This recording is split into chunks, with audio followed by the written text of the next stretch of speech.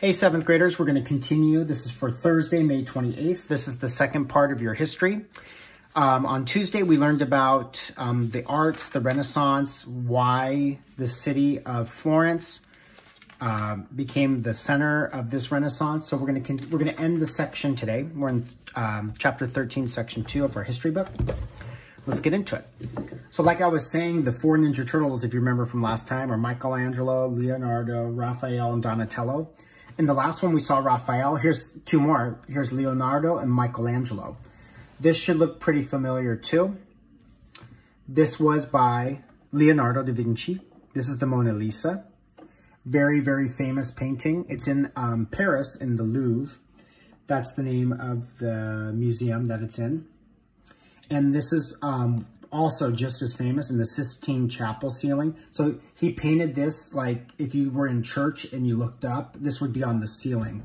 And probably one of the famous ones is like, that's God's finger touching human's finger or reaching for each other. So this was Michelangelo's and this one's Leonardo's here. And I think if you remember from Tuesday, Raphael did that one and Raphael did that one. I don't know if you remember that. Okay. So these two guys, Michelangelo and Leonardo, were sort of the head of the painter's movement of sculpting. They also made stuff for the Pope. The Pope is the head of the Catholic Church, which is also in Italy. It's in a country called the Vatican, which is in Italy.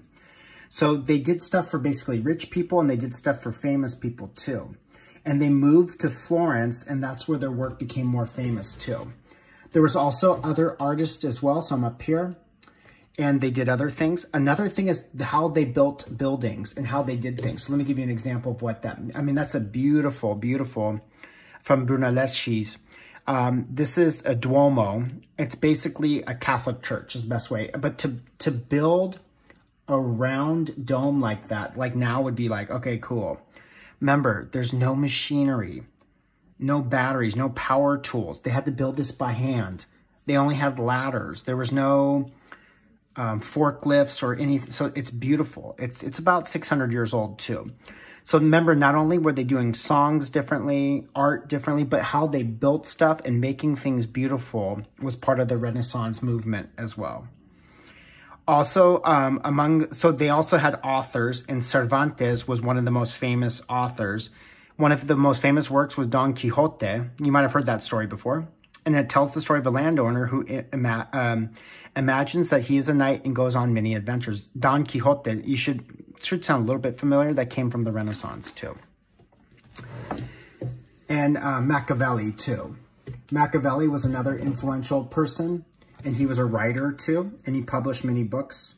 And people started to begin to read here. People didn't know how to really read before this.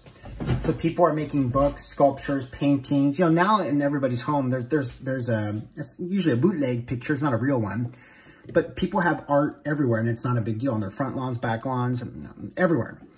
But the Renaissance is usually what started it. Now, here's what happened, though. This will be our last section for today's video.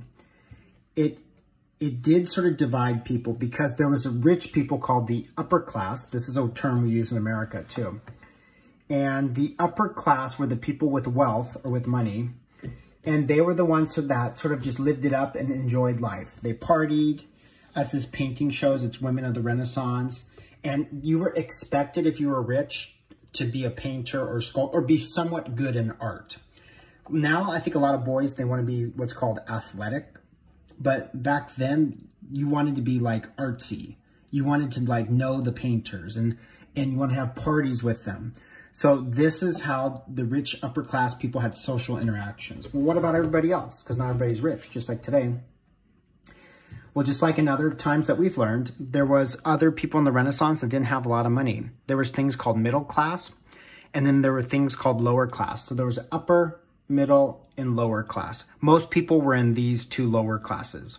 And the ideas and breakthroughs of the Renaissance, it didn't reach most of the poor. So sadly, what happened is this painting stuff was only with wealthy people, people with money, people who could make things happen. Sadly, the poor people were sort of left out. Here's actually an art of a peasant. This is a peasant basically is a hobo. It's someone begging or drunk asking for money.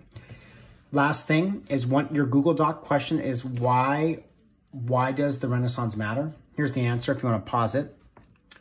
The artistic and literary styles that emerged during the Renaissance continue to influence society today. We have many shows, movies, authors, artists who try to paint and write and do music and things like they did back in the Renaissance. Hopefully this helped you with your work today, and we'll see you next time.